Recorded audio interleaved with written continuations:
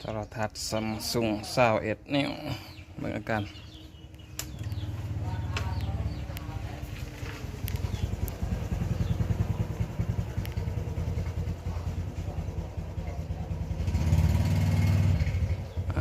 เป็นเส้นคือเห็นมีแต่เสียงภาพเส้นเดียวหลังจากไขโทรทัศน์ออกมาแล้วก็กดเช็คเบิ่งบอนใดมันมี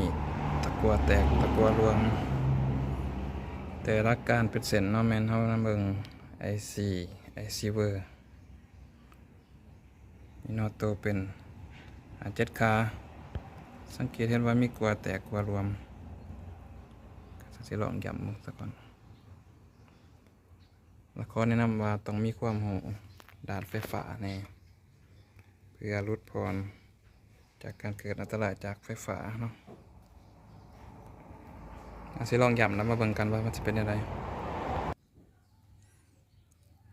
หลังจากย้ำตะกั่วแล้ว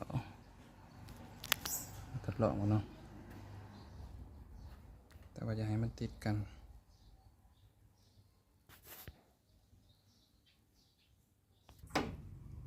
มาลองเปิดไป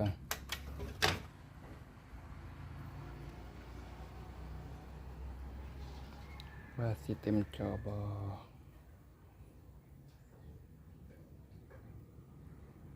เต็มจอแล้วอาจารย์มาลองบัดนี้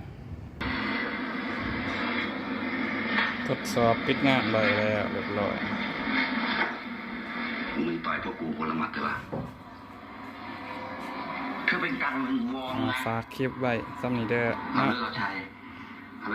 กดติดตามกดไลค์กดแชร์